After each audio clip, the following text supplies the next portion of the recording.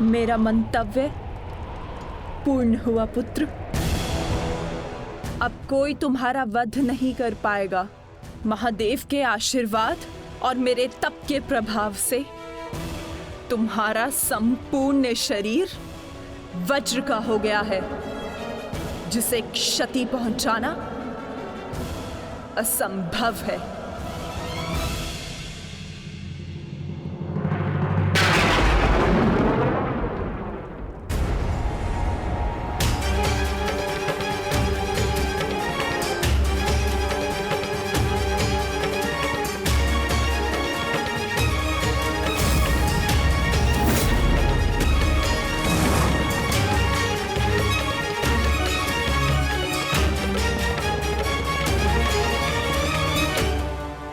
क्या किया दुर्योधन?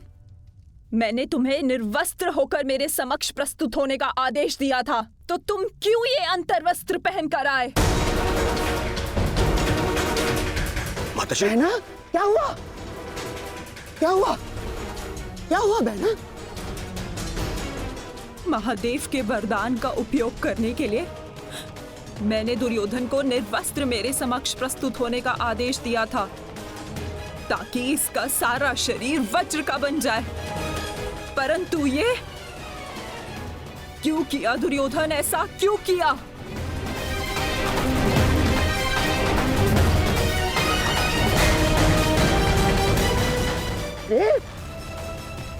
तुम कभी कभी बुद्धि का भी प्रयोग कर लिया करो।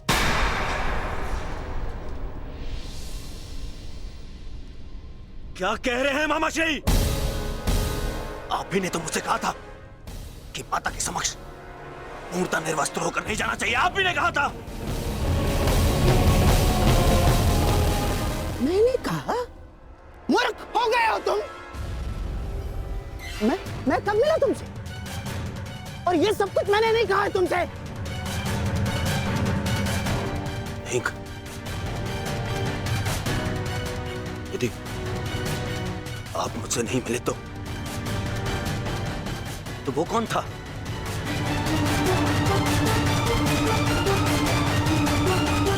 आपके पश्चात मुझे वो छलिया वासुदेव मिला था। वो छलिया कृष्ण।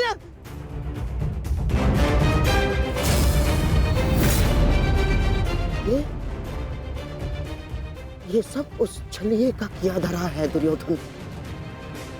मैं यहाँ से चलकर जाऊंगा, माताश्री का आदेश है। परंतु यहाँ से महल तक का मार्ग बहुत लंबा है प्रभु, आपको कुछ पहनना होगा।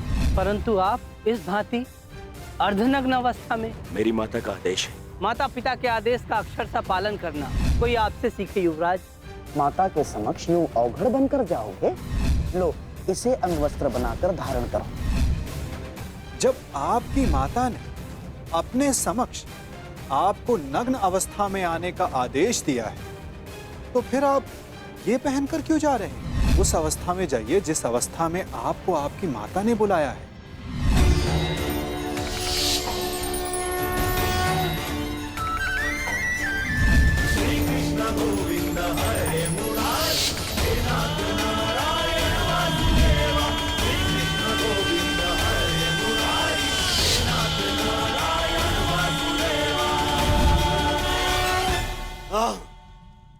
ये सब उसी के कारण हुआ है। मैं उसे नहीं छोड़ूंगा। मैं उसे जीवित नहीं छोड़ूंगा। जीवित नहीं छोड़ूंगा मैं उसे। बहना, मुझे ऐसा लगता है कि अभी भी समय शेष है। एक बार मेरे होने वाले सम्राट को पुनः देख लो। दुर्योधन, उतारो तुम्हारी ये अंतर्वस्त्र, उतारो। अरे तुम समझ सकते?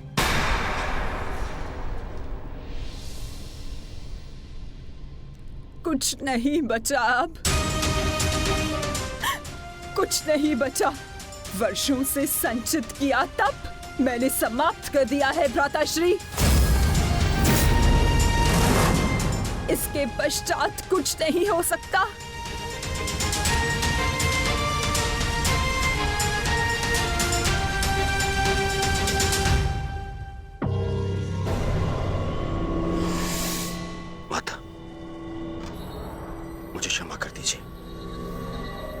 परंतु जितना आपने दिया वो पर्याप्त है माता।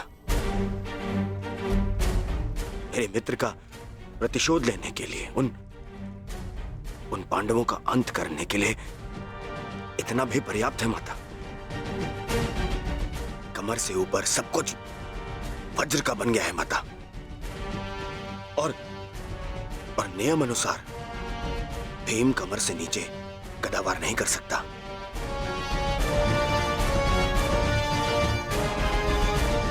आप चिंता मत कीजिए माता।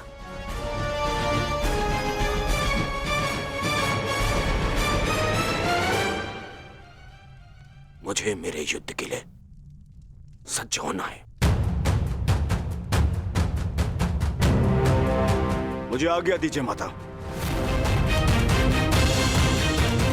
मैं वचन देता हूं कि मैं आपके इस आशीर्वाद को व्यर्थ नहीं जाने दूंगा। प्रणिपात माता। विजयी भव पुत्र, अवश्य ही तुम्हारी विजय हो।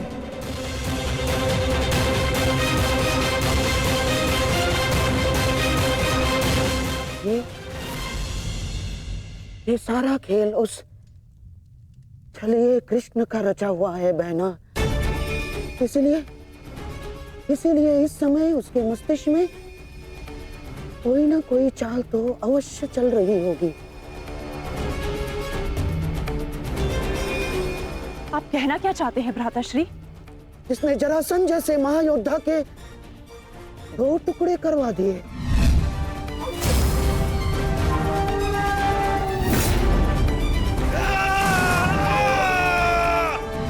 जिसने महामहिम भीष्म को उस शिखंडी का सहारा लेकर शरशैया पर लिटवा दिया,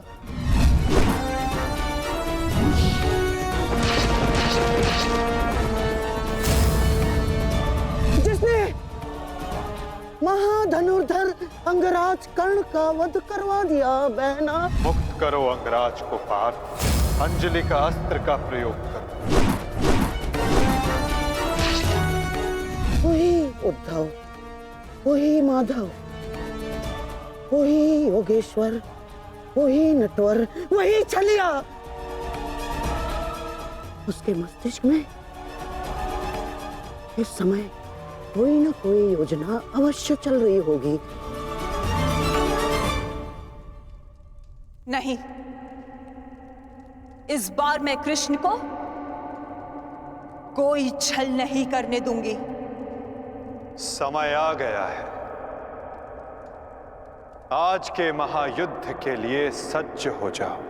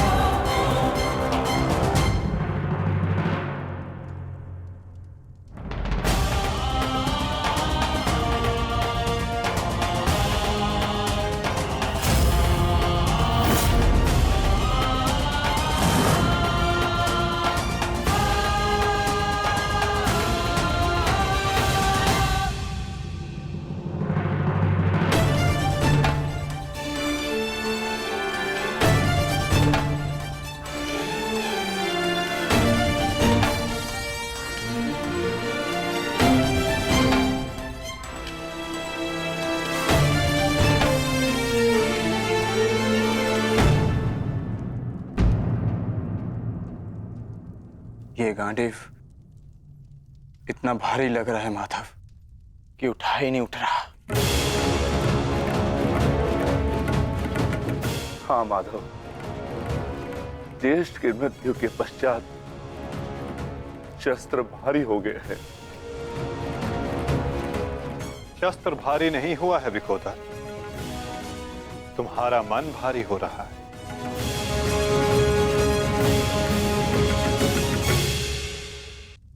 शस्त्र भारी नहीं हुआ है विकोदर, तुम्हारा मन भारी हो रहा है। मन को हल्का करो, भुजाओं में बल स्वतः आ जाएगा।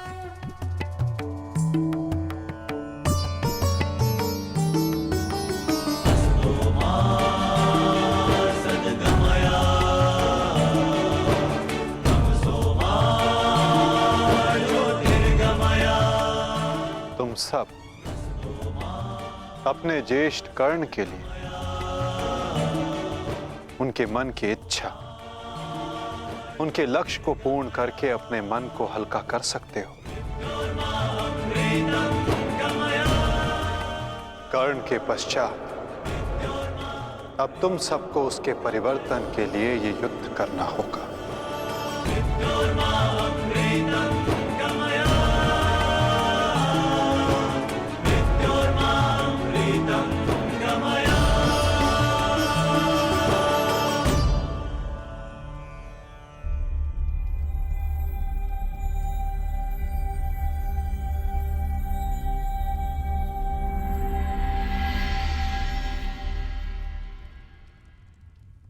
तुम्हारे ज्येष्ठ कर्ण का लक्ष्य उचित था, किंतु मार्ग अनुचित था,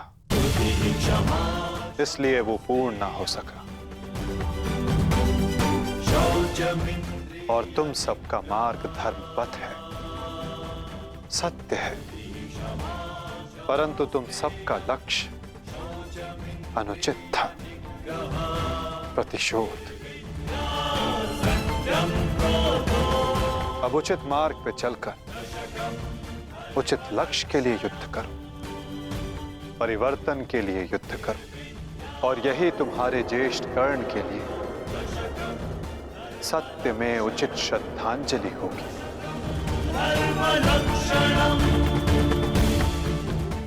और परिवर्तन तब तक नहीं आ सकेगा जब तक दुर्योधन जीवित है।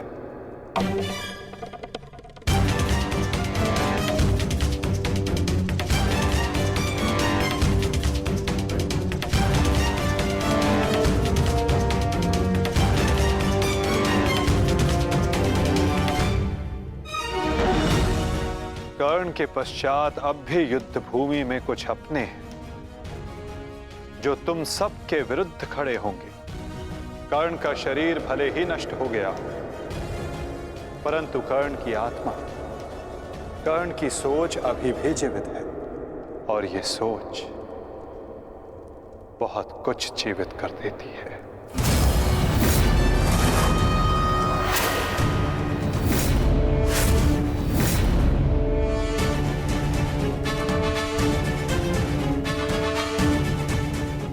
युद्ध का 18वां दिन।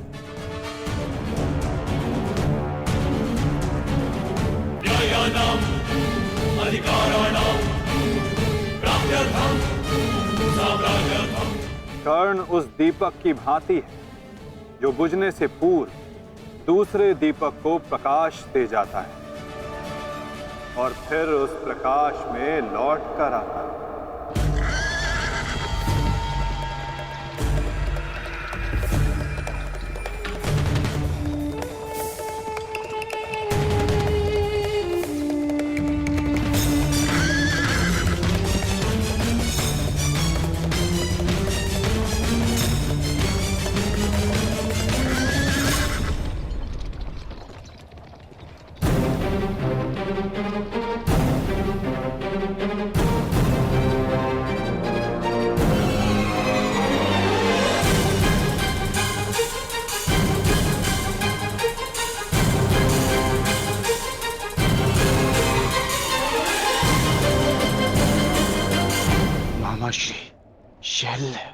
कहा था ना पार्थ, इस युद्ध में कुछ और अपने होंगे जो तुम्हारे विरुद्ध खड़े होंगे।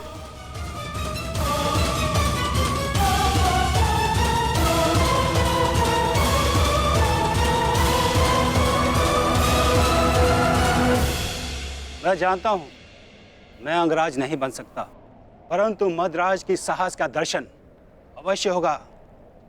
मैं वचन देता हूं, जो मैं सारथी बन के नहीं कर पाया वो अब मैं अपने रथी के रथ पर आरूढ़ होकर अवश्य करूंगा। ये मेरा वचन है। मैं वचन देता हूं कि आज का दिन सदा स्मरण रखा जाएगा। न बंधु न सखा, न बहन न कोई भांजा, आज शल्य के लक्ष्य में कोई बाधा नहीं बनेगा। आज शल्य प्रायश्चित करेगा एक महान योद्धा के मृत्यु के सहायक होने के अपराध में। आज शल्य प्रायश्चित करेगा अपने अपराध का।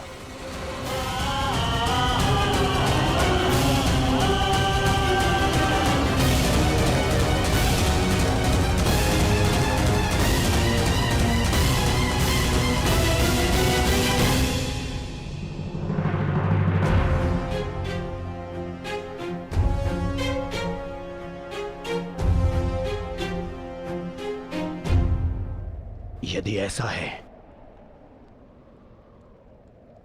तो आज साथ मिलकर लड़ेंगे शैल्य। आओ मेरे साथ मिलकर मेरे मित्र का प्रतिशोध लो। सर सेनापति शैल्य। सेनापति शल्य की, सेनापति शल्य की, सेनापति शल्य की।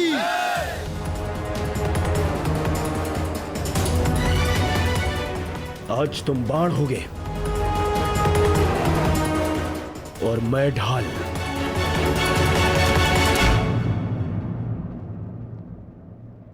मित्रकर्ण के लिए और ये मेरे पश्चाताप के लिए।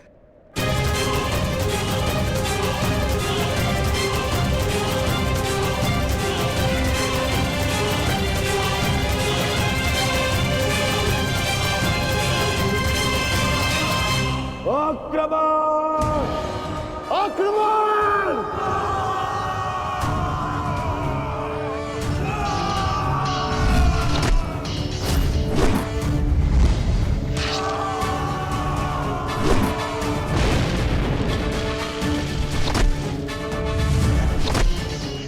हे महारथी कर्ण के नाम,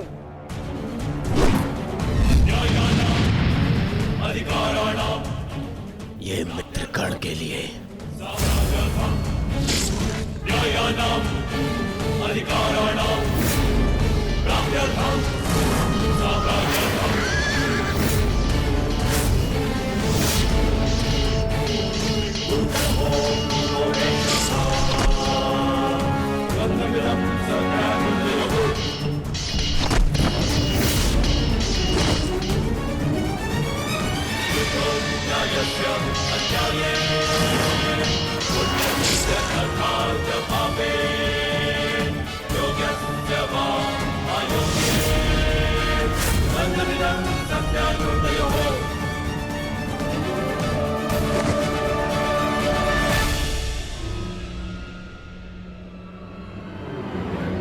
क्यों पार्थ,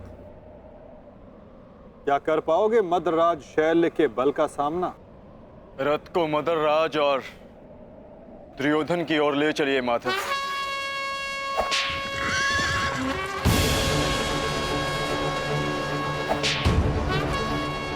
हाथी उस ओर चलो।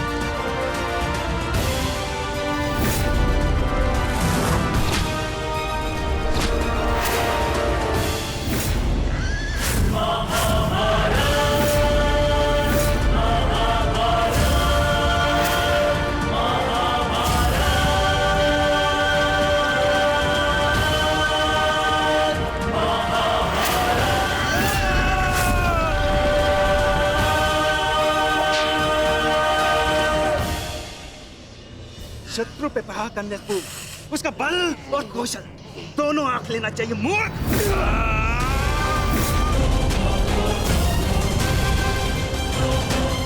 शल्य के समक्ष क्रोध करने वाला आधा बल खो लेता है। इस जोड़ी को ही नहीं, आज मैं दोनों के शरीर को ही तोड़ डालूंगा।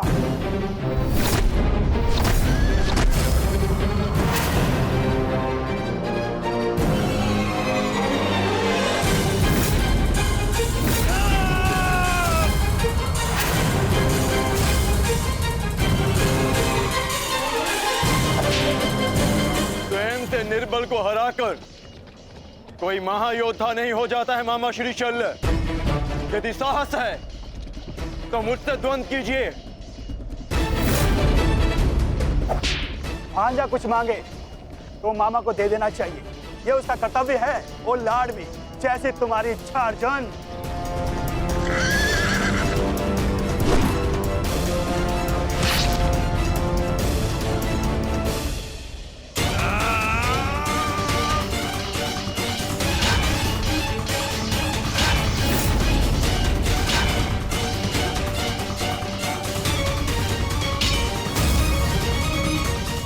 भद्राचल्य अपना लक्ष्य भूल गए विकोधर।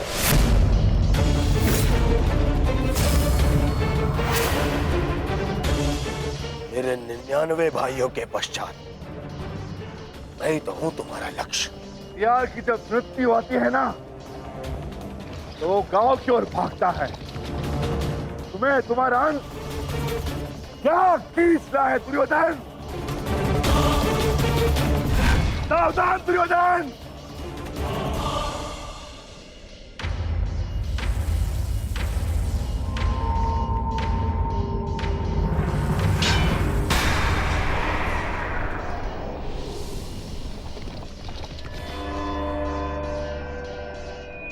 ठीक कहा तुमने,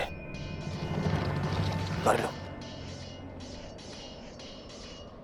अपनी प्रतिज्ञा पूर्ण कर लो। मेरे मस्तक को तोड़ दो, दाहर करो मुझ पर विकोधर।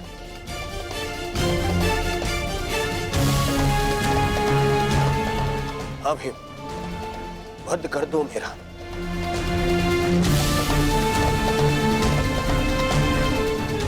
कर लो, अपनी प्रतिज्ञा पूर्ण कर लो। स्मरण करो, वो मैं ही था जिसने सम्राट से भिखारी बना दिया था तुम सबको। स्मरण करो, वो मैं ही था जिसने 12 वर्ष के वनवास में भेज दिया था तुम सबको। वो अज्ञातवास स्मरण करो, वो भी मैं ही था। स्मरण करो, द्रौपदी का वस्त्रहरण, वो भी मैं ही था। और अभिमन्यु का वध, वो भी स्मरण करो, वो भी मैं ही था। मार दो मुझे, अपना प्रतिकार लो, मुझे मार दो। वैसे भी मेरे 99 भाई और मेरे मित्र के चले जाने के पश्चात अब जीने की इच्छा शेष नहीं है। मार दो, आओ भीम, वध करो मेरा, मार दो।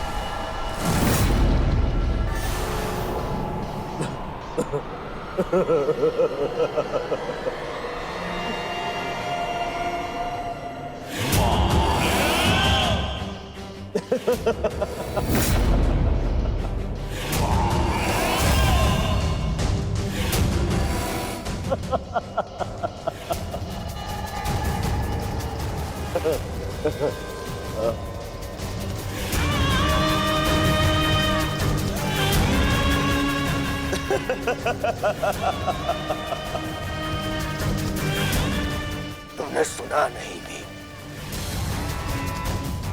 मैंने कहा 99 भाइयों और मेरे मित्र की मृत्यु के पश्चात जीने की इच्छा शेष नहीं है। यदि कुछ शेष है तो वो प्रतिकार की कामना, प्रतिशोध की इच्छा। आओ भीम, प्रहार करो मुझ पर। ऐसे लोग अपने समस्त परिवार के ऊपर किए गए अपमान का प्रतिशोध, ऐसे लोग ऐसे करोगे पूर्ण अपनी प्रतिज्ञा? प्यार करो, देखो ना ही मेरे पास कोई शस्त्र है, ना ही कोई दिव्यास्त्र। मेरे हाथ ही मेरे शस्त्र है और मेरा क्रोध ही मेरा दिव्यास्त्र। प्यार करो।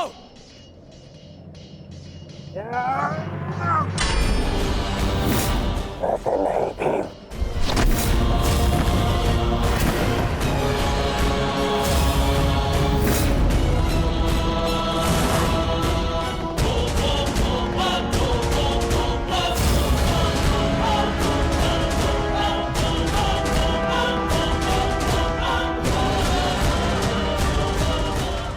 वहां क्या देख रहे हो अर्जुन? सामने देखो, शत्रु तुम्हारे समक्ष खड़ा है।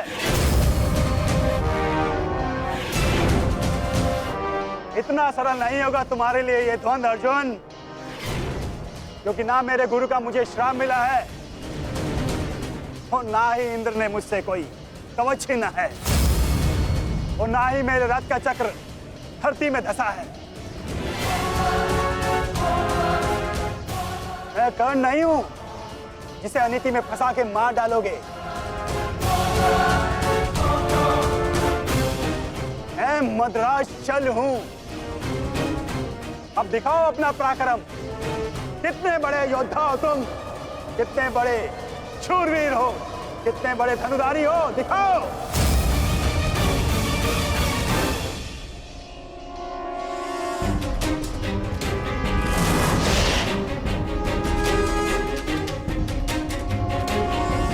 स्मरण रखना पार्थ, कभी कभी क्रोध को अस्त्र बना लेना चाहिए। तुम क्रोध में मत उलझो पार्थ, केवल अपने युद्ध पर अपना ध्यान केंद्रित रखो।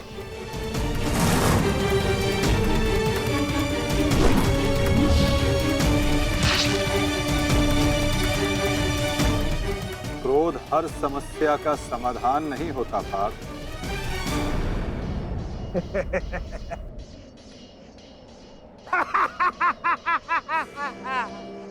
लगता है आचार्य द्रोण ने तुम्हें अधूरी शिक्षा दी है अर्जुन।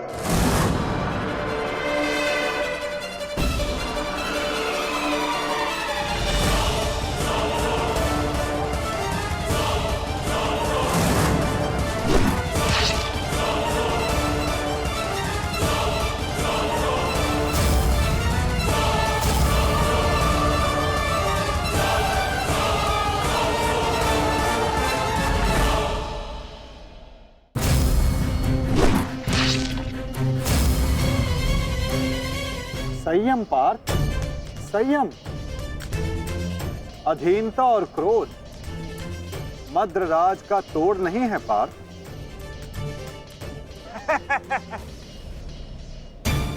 मद्रराज, इस अर्जुन को धनुर्विद्या सीखने का बहुत शौक है। आप इसे धनुर्विद्या सिखाएं।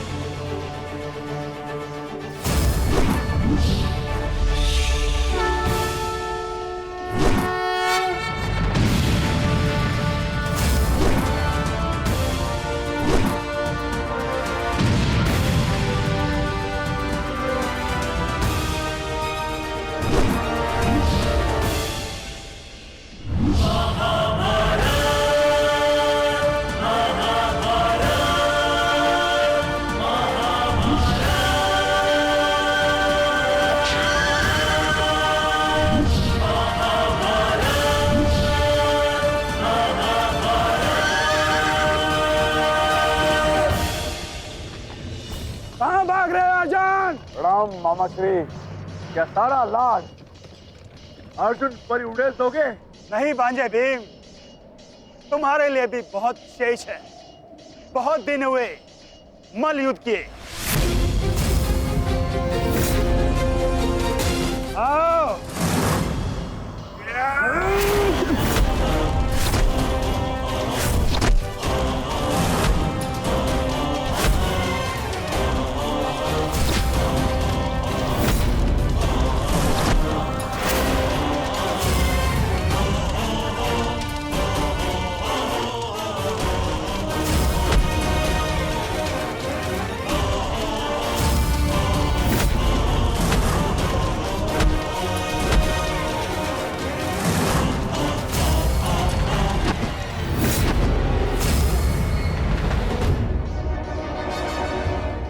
साधो, विकोदर भीम साधो।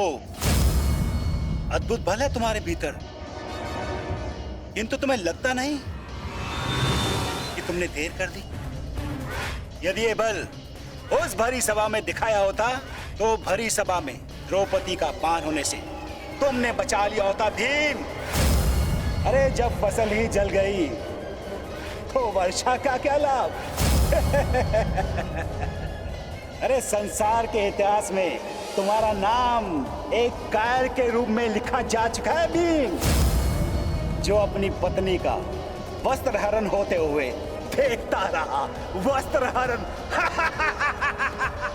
नहीं, ऐसा तो नहीं, तुम स्वयं उस पल का आनंद ले रहे थे।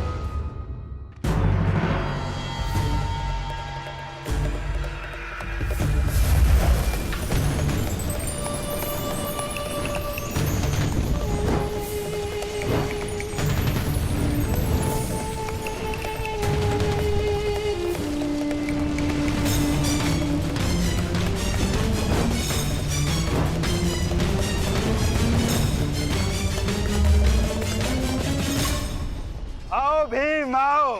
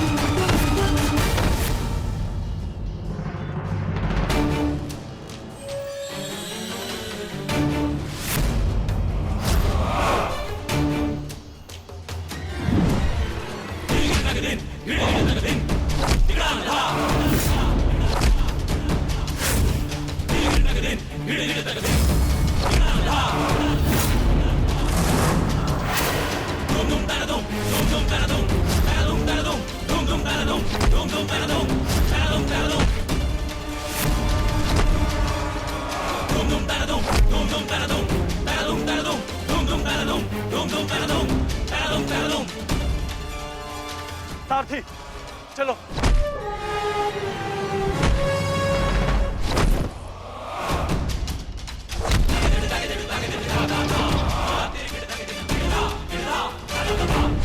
विश्वास नहीं होता मामा श्री कि आप हमारे शत्रु के साथ मिलकर हमें ही परास्त करने पे तुले हैं।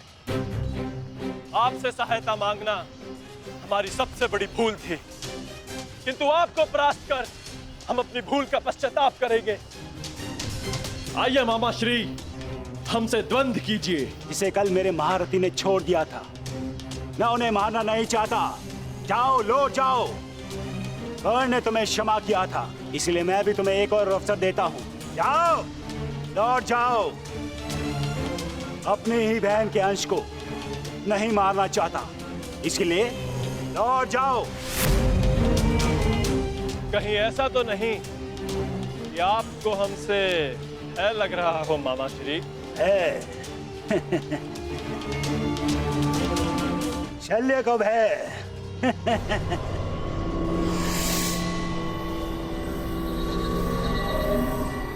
भय और प्रहार क्या होता है उसका ज्ञान आज तुम्हें हो जाएगा भांजे।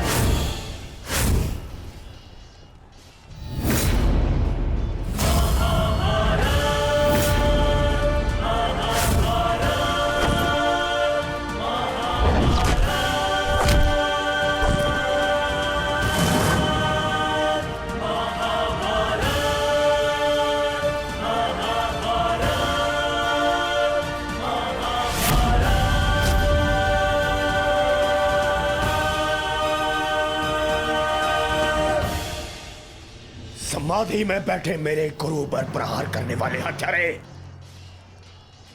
मैं तुम्हें इस गुरु पुत्र का बाल भी बाका नहीं होने दूंगा।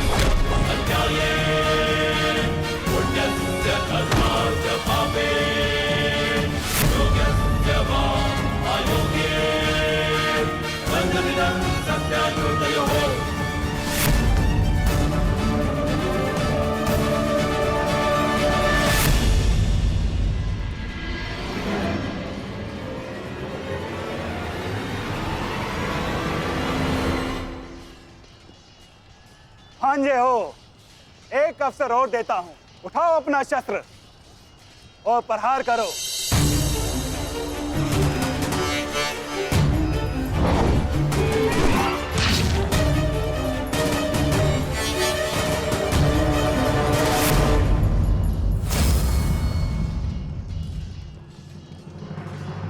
क्या हुआ?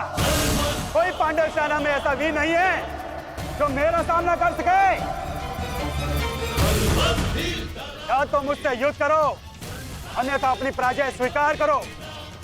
ये सब क्या हो रहा है माधव? मदरराज अचानक से इतने शक्तिशाली कैसे हो गए? क्या उन्हें परास्त करने का कोई उपाय नहीं?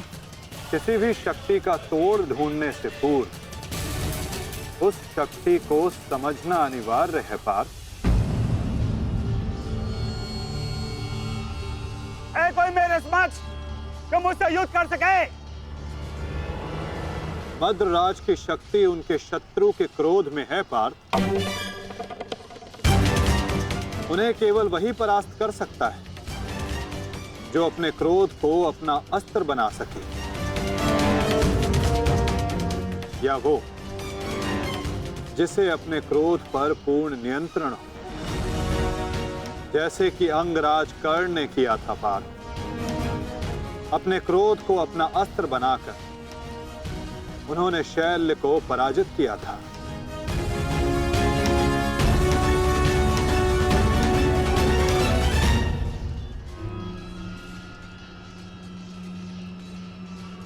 युधिष्ठिर, कदाचित तुम्हें ही अपने मामा को वैकुंठ लोक भेजना होगा।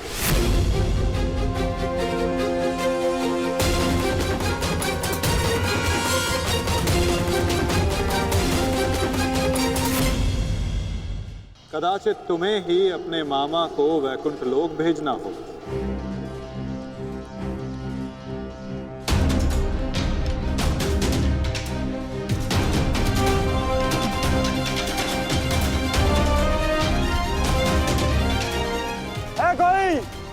है कोई मेरे समक्ष? मैं आपकी चुनौती स्वीकारता हूं मामा श्री।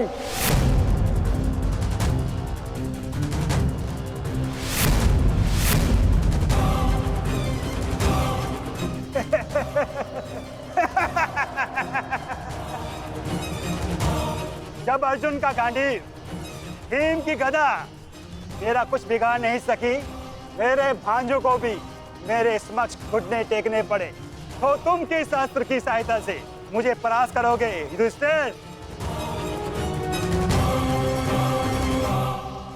हो, कहीं तुम चौसर के खेल की चुनौती देने तो नहीं आए युधिष्ठिर? ओ, मैं तो भूल गया था, तुम जीत के लिए अस्त्र नहीं उठाते, अपने परिवार को दांव पे लगाते हो, दांव पर।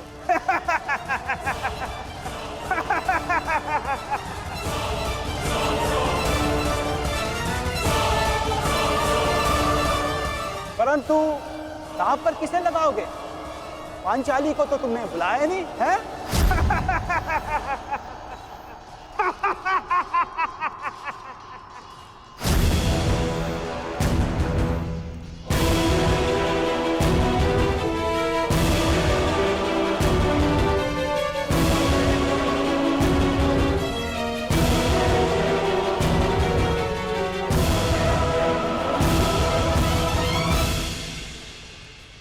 तो बताओ युधिष्ठिर, मेरे साथ चौसर खेलोगे या है तुम्हारे पास कोई अस्त्र मेरा सामना करने के लिए?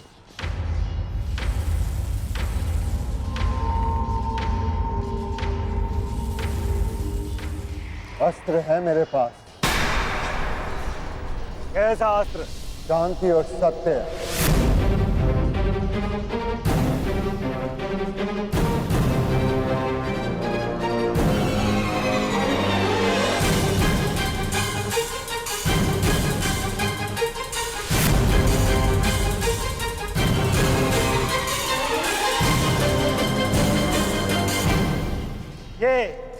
ये समस्त विनाश तुम्हारे कारण हुआ है। ये महाभारत तुम्हारी एक भूल के कारण हुआ है।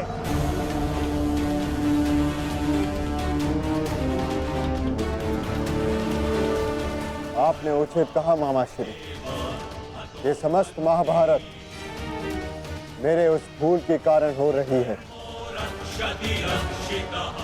तो अब समय आ गया है अपनी उस भूल को सुधारने का, और आपका समय आ गया है अपनी भूल का पश्चाताप करने का।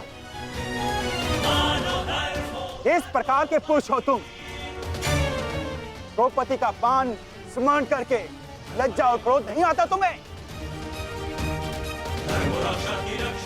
जो ना कर सके उस पर शोक मनाने से बेहतर है कि अभी जो हमारे वश में है वो कर्म किया जाए, और इस समय मेरा कर्म युद्ध है। सावधान मामा श्री। तो आओ, युद्ध करो।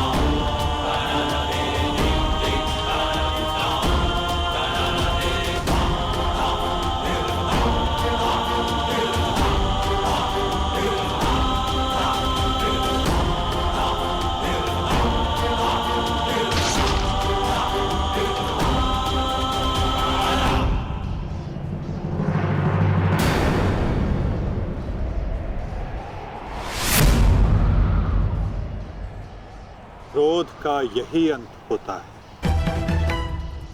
मनुष्य का क्रोध मनुष्य को ही भस्म कर देता है।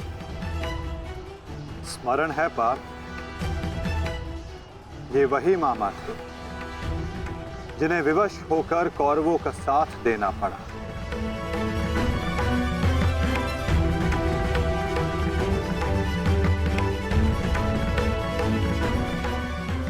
परंतु अभी भी एक मामा शेष हैं पार्थ,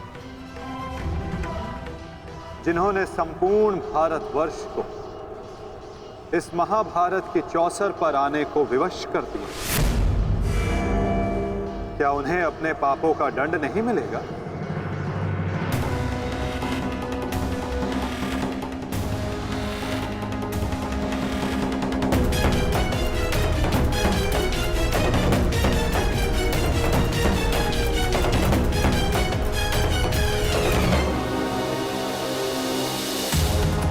अवश्य माता, गांधार राज को दंड अवश्य मिलेगा।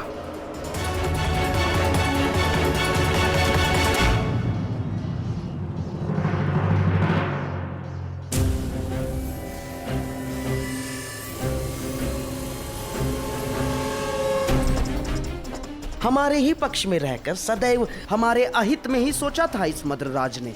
इसके कर्मों का आज इसे उचित दंड मिला। अभागा मामा अपने ही भांजे के हाथों अपने प्राण खो बैठा। सत्य ही तो कहा है किसी ने, जीवन एक चौसर का खेल ही तो है, एक ही भूल और हमारे ही पासे हमें हार दिलवा देते हैं।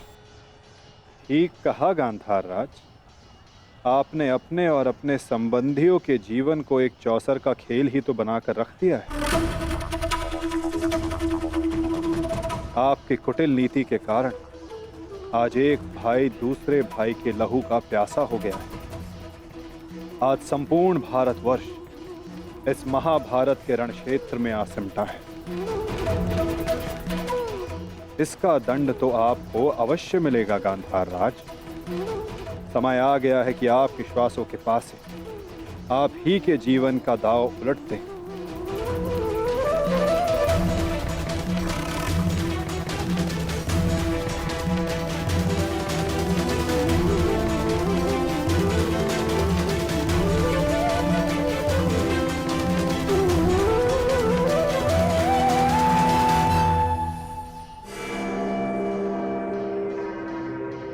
मद्रराज,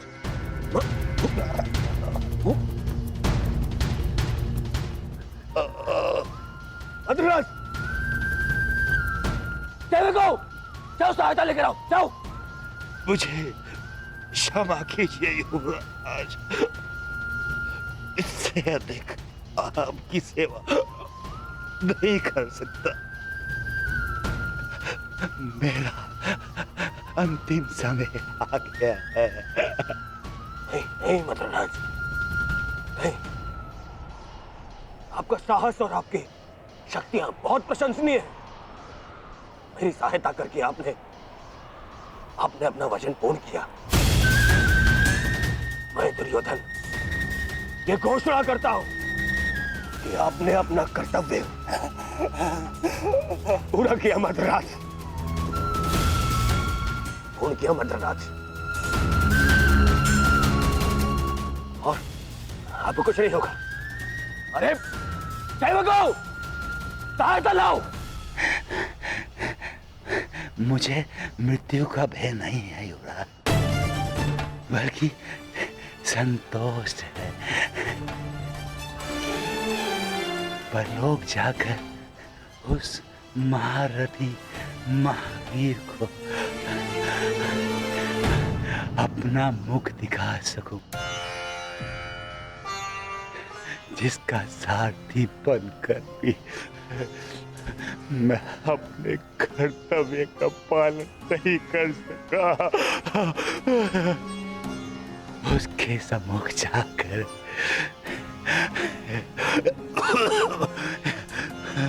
मैं कह सकूंगा कि उसका ये सारथी उसके परम मित्र के प्राणों की रक्षा करते करते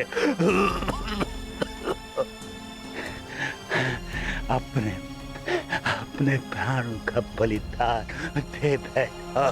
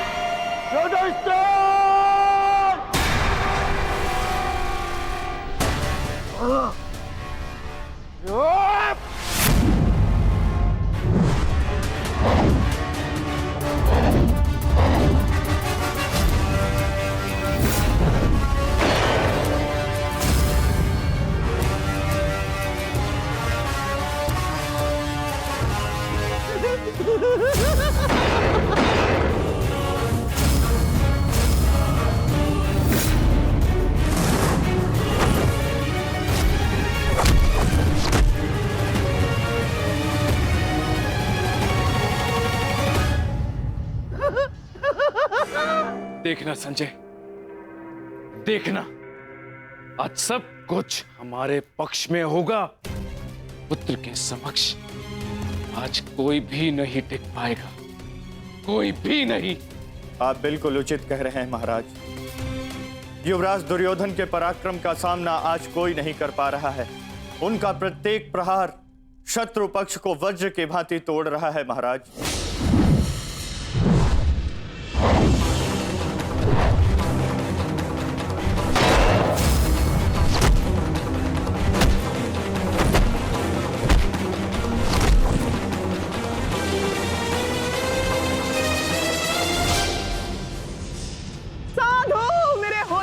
सम्राट, साधु।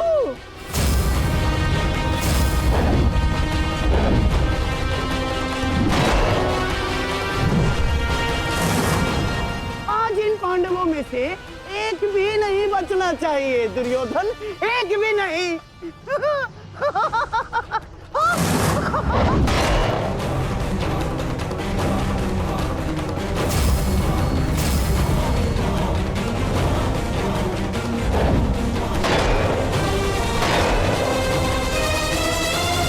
युवराज दुर्योधन के पराक्रम का सामना धर्मराज युधिष्ठिर भी नहीं कर पा रहे महाराज। ऐसा प्रतीत हो रहा है युवराज दुर्योधन धर्मराज युधिष्ठिर को आज इस संसार से विदा कर ही देंगे।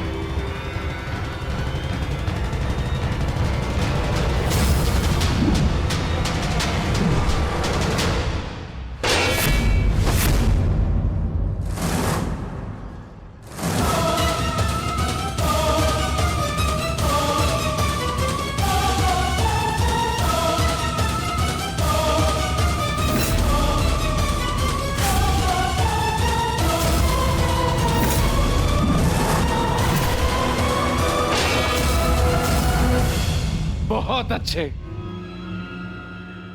आज मेरा पुत्र मेरे 99 पुत्रों की मृत्यु का प्रतिकार लेगा।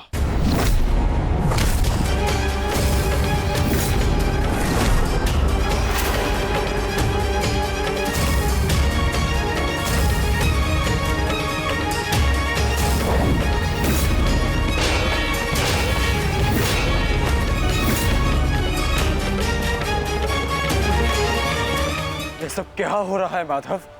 ये एक माता की दृष्टि का प्रताप है पार्थ।